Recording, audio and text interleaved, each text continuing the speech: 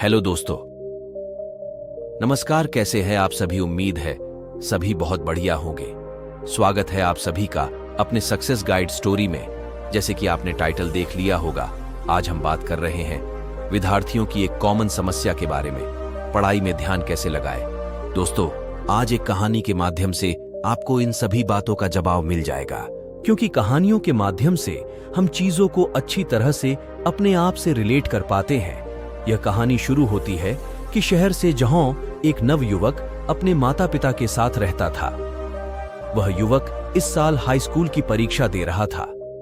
युवक मेहनत तो बहुत करता था, परंतु उसके मन माफिक रिजल्ट नहीं आता था। इस बात से उसके माता पिता और खुद वो परेशान रहता था। उसके गली के लड़कों से अच्छी दोस्ती थी, जैसे कि आमतौर पर यंग उम्र में होती है। वह सारा दिन उनके साथ खेलता रहता था। शहर में घूमना फिरना, मॉल जाना आदि उसकी आदतों में शुमार था। इन सभी बातों के बावजूद उस युवक में एक खास बात थी कि वह घटों किताब लेकर बैठा रहता था और पढ़ता रहता था। उसके माँ बाप भी उसको इस तरह पढ़ता लिखता देखकर उसके खेलने कूदने के लिए यारों दोस्तों के साथ जाने से मना नहीं करते थे, क्योंकि उनको दिखता रहता था कि हमारा लड़का खेलकर आने के बाद काफी देर तक पढ़ता रहता है। फिर भी कभी कभी उससे कहते थे कि बेटा थोड़ा ध्यान से पढ़ा करो। धीरे धीरे समय गुजरता गया और उस लड़के के हाई स्कूल के पेपर आ गए। उसने घर पर ही पूरी तैयारी की और पूरी मेहनत के साथ पेपर दिए। उसे उम्मीद थी कि इतनी मेहनत करने पर कम से कम प्रथम श्रेणी तो आ ही जाएगी। उसके माता पिता को भी भरोसा था कि यह अच्छे नंबरों से पास हो ही जाएगा। कुछ समय बाद हाई स्कूल को रिजल्ट आया तो उसे देखकर लड़के को बड़ा झटका लगा, क्योंकि वह सेकंड डिवीजन से पास हुआ था। इसके पश्चात जब उसके पिताजी ने देखा कि यह परेशान हो रहा है, तो उन्होंने उससे कहा, कोई बात नहीं बेटे, अगली बार और मेहनत करके अच्छे नंबर ले आना और पढ़ाई में थोड़ा ध्यान लगाओ। इस पर उस लड़के को थोड़ी हिम्मत बनी। वह अगली क्लास में आ चुका था। उसका वही पुराने वाला शेड्यूल चल रहा था, दोस्तों के साथ घूमना फिरना और मौज मस्ती करना, जैसे कि सभी टीनेज करते हैं। कुछ समय बाद उसके 11 के पेपर आ गए और उसने अपनी क्षमता के साथ पेपर दिए। उसके अनुसार पेपर काफी सही हुए थे। फिर उसका 11 क्लास का रिजल्ट आया, जिसमें उसकी पुनः सेकंड डिवीजन आई। अब तक के अनुभव से उसके माता पिता को पता चल गया था कि यह मेहनत तो बहुत करता है, परंतु इसकी तैयारी क्लास में गड़बड़ हो जाती है। इस बात से दोनों माता पिता भी दुखी थे और साथ ही वह लड़का खुद भी दुखी था। जब उसने यह परेशानी अपने दोस्तों को बताई तो उसके एक दोस्त ने कहा कि यार, तू जिस मंदिर में जाता है ना, उसी के पुजारी से मिलकर यह बात पूछना। सुना है कि वह पुजारी काफी पहुंचे हुए है और तू तो उस मंदिर में भगवान के दर्शन करने जाता ही रहता है। वह लड़का कहने लगा, हाँ यार, इस पर तो मैंने ध्यान ही नहीं दिया। उनके पास तो लोग अपने दुख परेशानी का जवाब पूछने आते रहते हैं। मैंने तो इस पर ध्यान ही नहीं दिया। अब मैं पंडित जी के पास जरूर जाऊंगा और अपनी परेशानी का हल पूछूंगा। अगले दिन वह मंदिर गया। उसने देखा कि पुजारी जी मंदिर के अहाते में गाय बांध रहे थे। वह वही मंदिर परिसर में घूमने लगा तो कहीं पर छोटे छोटे बच्चे उदंड मचा रहे हैं। महिलाएं उसी परिसर में नल पर से पानी भर रही है। कुछ आवारा कुत्ते परिसर में एक दूसरे पर भौंक रहे हैं। इतने में उसने देखा कि पंडित जी भगवान की मूर्ति के पास बैठ गए और वे उसे बुला रहे थे। लड़का मंदिर के अंदर गया और पुजारी जी के पैर छुए। फिर वह युवक कहने लगा कि बाबा, यहाँ मंदिर परिसर में क्या हो रहा है? कुत्ते आपस में लड़ रहे हैं, छोटे छोटे बच्चे सारे परिसर में शोर मचाते भाग दौड़ रहे हैं, नल पर पानी भरती महिलाएं भी आपस में तेज तेज बातें कर रही हैं। इन सब के बीच कैसे प्रभु ईश्वर की आराधना कर सकते हैं? तब पुजारी जी ने कहा कि तुम इन बातों का जवाब लेना चाहते हो। तभी लड़के को ध्यान आया कि नहीं बाबा, मैं तो अपनी परेशानी का जवाब लेने आया था कि मैं चाहे कितनी ही मेहनत कर लूं, मैं फिर भी औसत अंक से ही पास होता हूं। कृपया इसका समाधान बताइए। यह सुनकर पंडित जी बोले, तुम कल सुबह आना और साथ ही दूध से भरा लौटा लेकर आना है। पैदल ही आना है।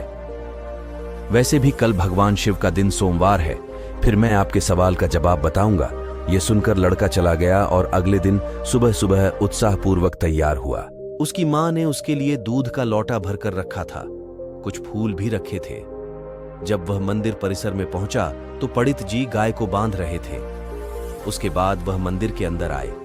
वह दूध को लौटा लेकर और फूल लेकर मंदिर के अंदर गया और पुजारी जी को दे दिया। पुजारी जी ने लौटे की तरफ एक नजर देखा और फिर उस लड़के से कहा कि इसको शिवलिंग पर चढ़ा दो। लड़के ने दूध से भरा लौटा शिवलिंग पर चढ़ा दिया और पंडित जी के पास आकर बैठ गया और इंतजार करने लगा कि पंडित जी कुछ बताए।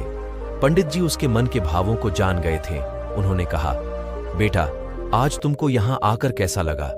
कुछ व्यवधान, दिक्कत, परेशानी हुई जैसा कि कल तुमको हुई थी? इस पर लड़के ने कहा कि नहीं बाबा, आज तो ऐसा कुछ नहीं हुआ। इस पर पंडित जी ने कहा कि जाओ बाहर देखकर आओ कि आसपास क्या हो रहा है। यह सुनकर लड़का बाहर गया और आकर पंडित जी को बताया, बाबा, बाहर तो कल की तरह का ही दृश्य है। आप कहना क्या चाहते हैं? मैं कुछ समझा नहीं। इस पर पंडित जी ने कहा कि कल का दिन भी, माहौल भी आज की तरह ही था। कल तुमने मेरे पास बैठते ही बाहर की बुराइयां बताना शुरू कर दी, परंतु आज तुमको कुछ दिखाई नहीं दिया, जबकि आज भी कल की तरह का ही दृश्य है। आज भी औरतें तेज आवाज में बातें करती हुई नल से पानी भर रही हैं। बच्चे खेल भी रहे हैं, शोर भी मचा रहे हैं, लड़ भी रहे हैं। कुत्ते भी एक दूसरे से लड़ाई कर रहे हैं। इस पर लड़के ने कहा कि आप सही कह रहे हैं, पर इसका मेरे सवाल से क्या ताल्लुक है? तब पंडित जी ने कहा, ध्यान से सुनो। आज जब तुम मंदिर आए थे तो तुम्हारा पूरा ध्यान अपने लौटे में रखें। दूध पर था जो कि ऊपर तक भरा हुआ था। जब तुम आए तो तुम्हारा पूरा ध्यान इस बात पर था कि कहीं दूध लौटे से छलक ना जाए, कहीं दूध खंडित ना हो जाए। इसलिए तुमने पूरी कोशिश की और पूरा ध्यान रखा कि सही सलामत दूध से शिवलिंग का दुग्धाभिषेक हो जाए और इस कार्य में तुम पूर्णतया सफल रहे। यही कारण है कि आज तुम्हें आसपास के कौतूहलपूर्ण वातावरण ने प्रभावित नहीं किया और तुम्हारा ध्यान उन चीजों पर नहीं गया जिससे तुम्हारा ध्यान बिगड़ता।